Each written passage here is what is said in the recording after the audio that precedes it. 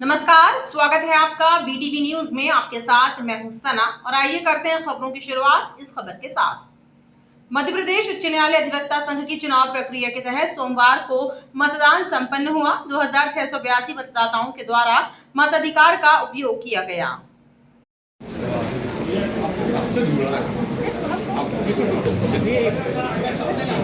High court bar association के अध्यक्ष, उपाध्यक्ष, सचिव, कोषाध्यक्ष सहित अन्य पदों के लिए सिल्वर जुबली हॉल में मतदान की प्रक्रिया संपन्न हुई।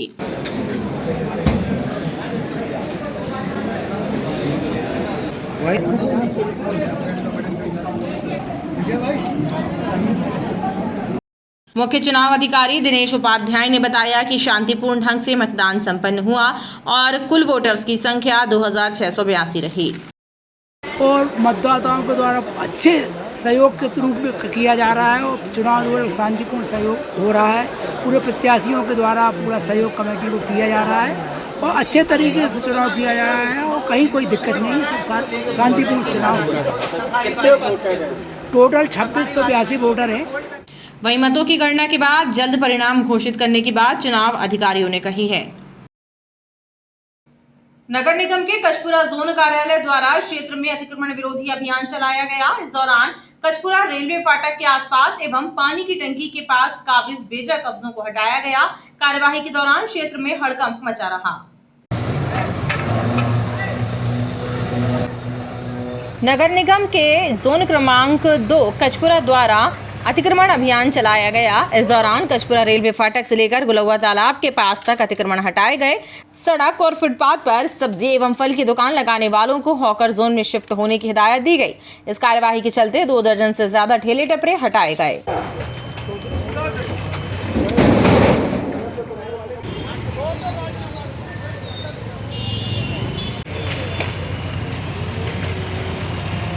अतिक्रमण की कार्रवाई हो रही है कि व्यापारियों द्वारा फुटपाथ पे कब्जा कर लिया गया है। लोगों को चलना मुश्किल हो रहा है, इसलिए कार्रवाई हो रही है। ये लगातार कार्रवाई होगी। इन व्यापारियों को सब्जी मंडी आकर जोन में व्यवस्था दी गई है, वहाँ जाके व्यापार करेंगे। अभी एक जब्ती नहीं करे, उठवा कर रखवा रहे हैं। जब्ती नहीं कर रहे, उठवा रहे हैं। अभी ले जाएंगे, है ना। अब कल से रखेंगे तो फिर जब्ती करेंगे। अतिक्रमण विरोधी कार्यवाही के चलते क्षेत्र में हड़कंप मचा रहा। अधिकारियों ने बताया कि अतिक्रमण विरोधी कार्यवाही लगातार जारी रहेगी। खजरी खीरिया में 25 अप्रैल को कबाड़खाने में हुए विस्फोट के मामले में सीओडी की टीम मौके पर पहुंची और एक्टिव बमों के अवशेष ले गई है, जिनसे विस्फोट होने का खतरा बना हुआ था। वहीं शमीम कबाड़ी की गिरफ्तारी के प्रयास भी किए जा रहे हैं। खजरी खीरिया में हुए ब्लास्ट के मामले में फरार शमीम कबाड़ी अभी भी पुलिस की गिरफ्त से दूर है। वहीं सीओडी की टीम मौके पर पहुंची और एक्टिव बमों की शेल भी ले गई है। एडिशनल एसपी सोनाली दुबे का कहना है कि इन एक्टिव शेल से विस्फोट होने का खतरा बना हुआ था। उन्होंने कहा कि शमीम कबाड़ी की गिरफ्तारी के भी प्रयास किए जा रहे हैं और जल्द ही आरोपी शमीम पुलिस की गिरफ्त में होगा। इसमें एक और जो डेवलपमेंट है वो ये है कि जो कुछ शेल्स थे जो हम सस्पेक्ट कर रहे थे कि वो एक्टिव हो सकते हैं, उसमें खमरिया सीओडी की टीम जो है वो आज आई है और उन्होंने एक्टिव शेल को ले गई है, तो वो उन्हें डिस्ट्रॉय करेगी। जो आरोपी शमीम है, इसकी गिरफ्तारी के प्रयास जो है पुलिस के द्वारा किए जा रहे हैं और हम बहुत जल्दी उसको राउंड अप कर लेंगे। जो 25 तारीख की घटना हुई थी उसमें हम लोग 2 लोगों को सस्पेक्ट कर रहे थे कि वो घटना के दौरान, ब्लास्ट के दौरान शायद उनकी डेथ हो गई हो, जिनमें से एक जो मृतक थे खलील, उनकी जो वहाँ से घटनास्थल से बॉडी पार्ट्स मिले थे उनसे डीएनए मैच कराने पर डीएनए मिला है और वो खलील जो है वो आइडेंटिफाई हुआ है। वो जो बॉडी पार्ट्स है वो जो भोला नाम का एक व्यक्ति हम सस्पेक्ट कर रहे हैं कि वो अभी नहीं मिला है, क्योंकि उसकी कोई डीएनए मैच नहीं हुआ है, तो अभी उस पर गुमशुदगी कायम की गई है और हम उसको भी देख रहे हैं। विस्फोट में मारे गए खलील का डीएनए उनके परिजनों से मैच हो गया है। वहीं भोला नाम का व्यक्ति अभी भी लापता है, जिसकी पतासाजी की जा रही है।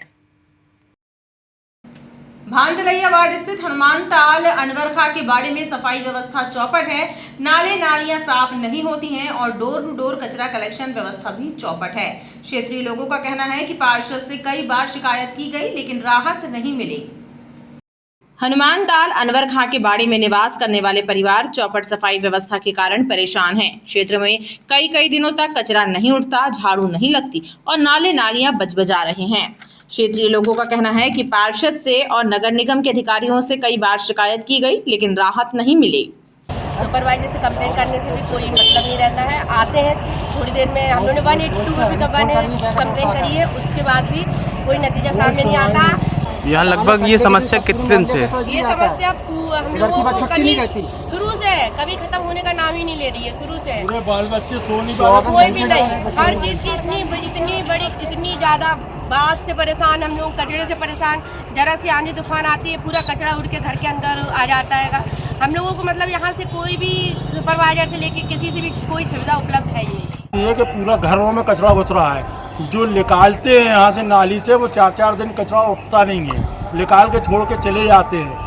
ये परिस्थिति है कि हमारे बाल बच्चे जो लड़के बच्चे खेलते हैं उनकी बहुत बुरी कंडीशन है।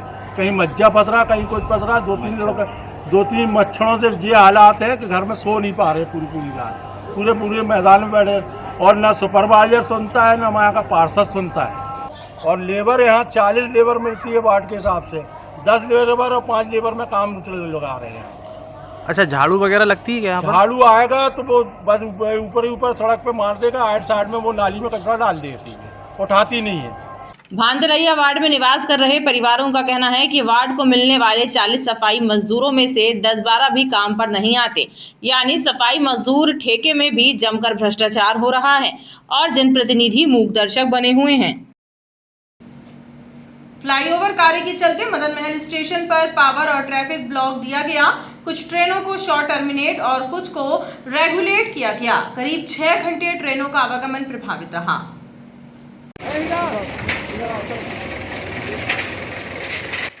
फ्लाईओवर निर्माण कार्य के चलते मदन महल स्टेशन पर 6 घंटे का ब्लॉक दिया गया है।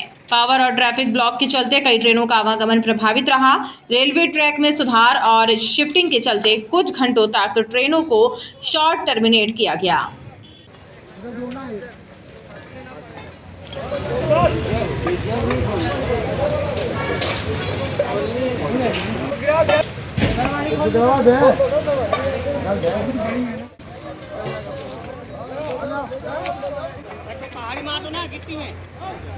ब्लॉक जो कि मदन महल पर चल रहा है, इसके चलते कुछ ट्रेनों को शॉर्ट टर्मिनेट किया है एवं कुछ ट्रेनों को मतलब कुछ घंटे के लिए रेगुलेट किया है, 1 से 2.5 घंटे के बीच में रेगुलेट किया है। अधिकारियों का कहना है कि जल्द ही सुधार कार्य पूर्ण कर लिया जाएगा।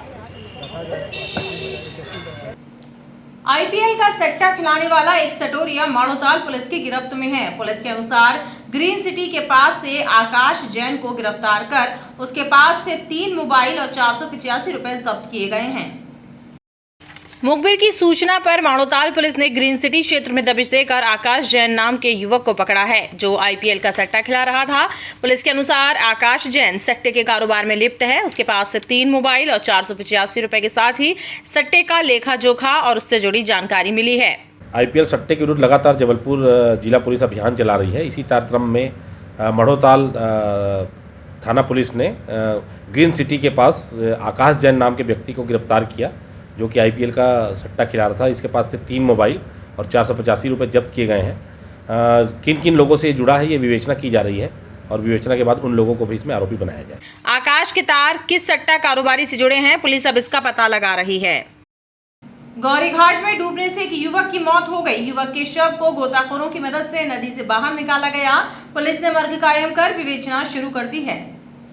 आधारताल निवासी एक युवक की पानी में डूबने से मौत हो गई। घटना गौरीघाट के कालीघाट की है। मृतक की शिनाख्त आधारताल कंचनपुर निवासी राजेश पटेल के रूप में है। पुलिस ने मर्ग कायम कर शव का पोस्टमार्टम करवाकर परिजनों के सुपुर्द कर दिया है। पुलिस के द्वारा घटना की जांच की जा रही है। थाना ग्वारीघाट में आज एक सूचना प्राप्त हुई कि कालीघाट में कोई व्यक्ति डूब गया है। तत्काल मौके पर पुलिस पहुंची और जब उसकी शिनाख्त की गई तो वो आधारताल कंचनपुर का राजेश पटेल होना पाया गया। मर्ग पंजीबद्ध कर लिया गया है और पोस्टमार्टम कर लाश परिजनों के सुपुर्द की गई है। राजेश की मौत से उसके परिजन सदमे में हैं। नेताजी सुभाष चंद्र बोस सेंट्रल जेल में गैंगवार की घटना सामने आई है। जेल में बंद हिस्ट्री शीटर संजय सारंग ने गैंगस्टर छोटू चौबे पर लोहे की नोकीली पट्टी से हमला कर दिया। इस हमले में छोटू चौबे के कान में चोट आई है, जिसका उपचार कर दिया गया है। सेंट्रल जेल जबलपुर में बंद गैंगस्टर छोटू चौबे पर हिस्ट्री शीटर संजय सारंग ने हमला कर दिया। जेल अधीक्षक अखिलेश तोमर ने बताया कि हमले की घटना उस वक्त हुई जब छोटू चौबे फोन पर बात करके अपनी गोल में जा रहा था। उसी दौरान संजय सारंग ने उससे विवाद किया और लोहे की पतली पट्टी से छोटू के कान पर वार कर दिया, जिससे उसके कान में चोट आई एवं उसका उपचार कराया गया। फोन के लिए आया था, फोन उसका आया था छोटू चौबे का, गोल रहता है ना चक्कर वहाँ पे, तो वहाँ से किसी काम से वो बुलाया उसको, बुलाया क्या उसको कि काम है जो भी है, और थोड़ा सा मार दिया उसको। उसकी पट्टी कर दी गई है, ज़्यादा घाव नहीं है, ज़्यादा चोट नहीं है। ये स्वाभाविक है कि अपोजिट ग्रुप के यहाँ एक दूसरे के बहुत हैं, उससे संबंधित ये सारी घटना हुई है, जिसकी हमने रिपोर्ट टूल के मुलाकात दे दी, उसके पिताजी को समझा दिया, उसको भी समझा दिया यहाँ पे कुछ उपद्रव ना करें, और इनको अलग कर दिया गया है। जेल के नियम के अनुसार इन पर अपराध दर्ज किया जाएगा और आगामी कार्रवाई की जाएगी। जेल अधीक्षक के अनुसार संजय सारंग को समझाइश दे दी गई है और उसके विरुद्ध कार्यवाही की जा रही है। और खबरों का सिलसिला लगातार जारी रहेगा। आप देखते रहिए PTV न्यूज।